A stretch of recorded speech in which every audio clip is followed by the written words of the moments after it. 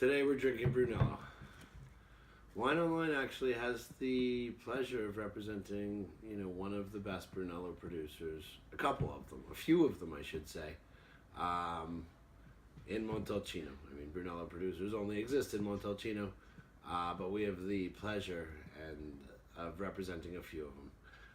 Today we're drinking Voliero, which is the sister label of Uccelliera. I won't say second label because it's not a second label, it's just a different, this is from the north part of Brunello, which tends to make more feminine wines, and their other vineyards are in the south part, which tends to make, more harder, masculine wines, if you prefer, if you like the terminology.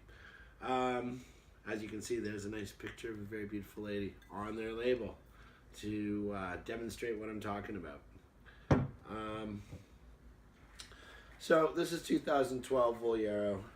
Normally, I would suggest it's too young to drink. I'm a believer that Brunello usually should be a decade old or so before you drink it.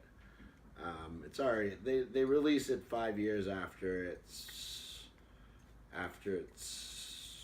been after the vintage, so even the first time you can get a Brunello tends to be 5 years after the vintage, or legally 5 years after the vintage has been created.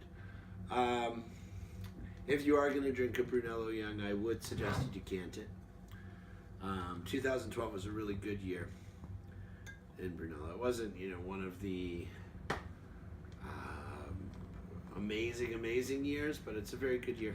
And typically, actually, the best vintages you have to wait the longest to drink. So you really don't want to, you want to collect them, but then you want to have the patience to, let them mature.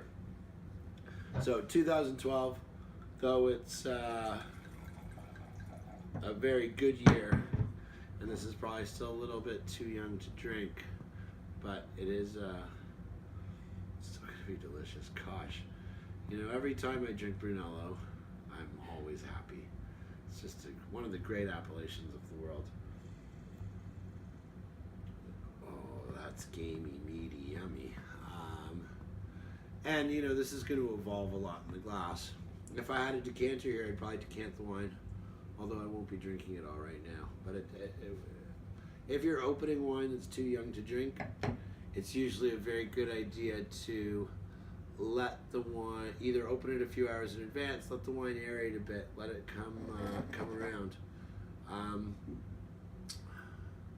So Brunello's one of the more beautiful, Montalcino's one of the more beautiful wine areas you'll ever get to visit.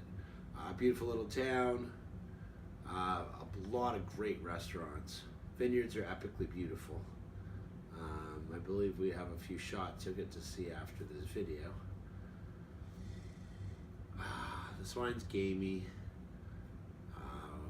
which means, I don't know if you like the terminology, but it kind of smells like blood.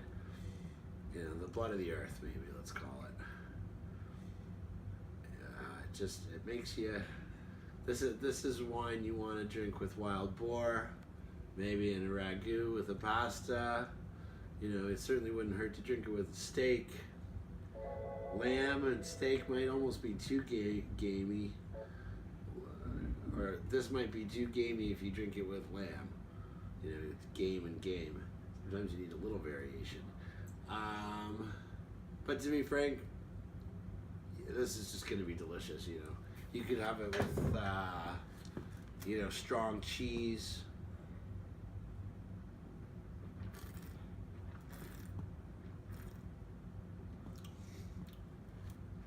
I always am curious why everybody buys Brunello all the time. It's not a cheap wine, but it always sells. It always sells. It's amazing. Even at, the prices that it is, and the fact it just always sells. And you want to know why it sells? Because it's so damn good. If you can afford it, it's worth buying. I'll say the ratings don't often matter.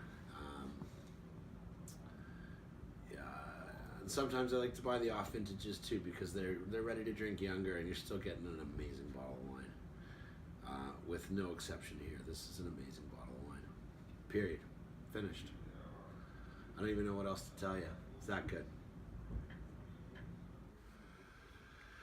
All right, we're back, and I couldn't help but pour myself another glass of this wine because it is that good.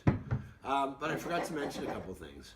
One, we do have Uccelliera, the brother winery in stock. The Reserva, as a matter of fact, from 2006. And when I say 2012 was not the, it was a great vintage, but not, the iconic vintages.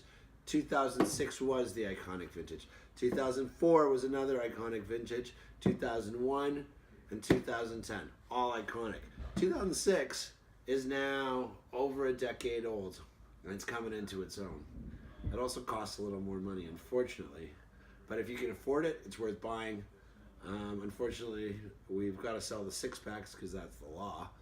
But if you love Brunello and you want to drink something amazing, like when I say amazing, I actually mean amazing. And there's different varying degrees of amazing, of course. This is something that it might just blow your mind. I like to call them wine epiphanies, because every once in a while you drink a bottle of wine that gives you a wine epiphany. You go, oh, that's what wine's supposed to taste like. And then you figure out what all the fuss is about. Like, there's so much fuss about wine, but it's hard to know what the fuss is about unless you have one of these wine epiphanies.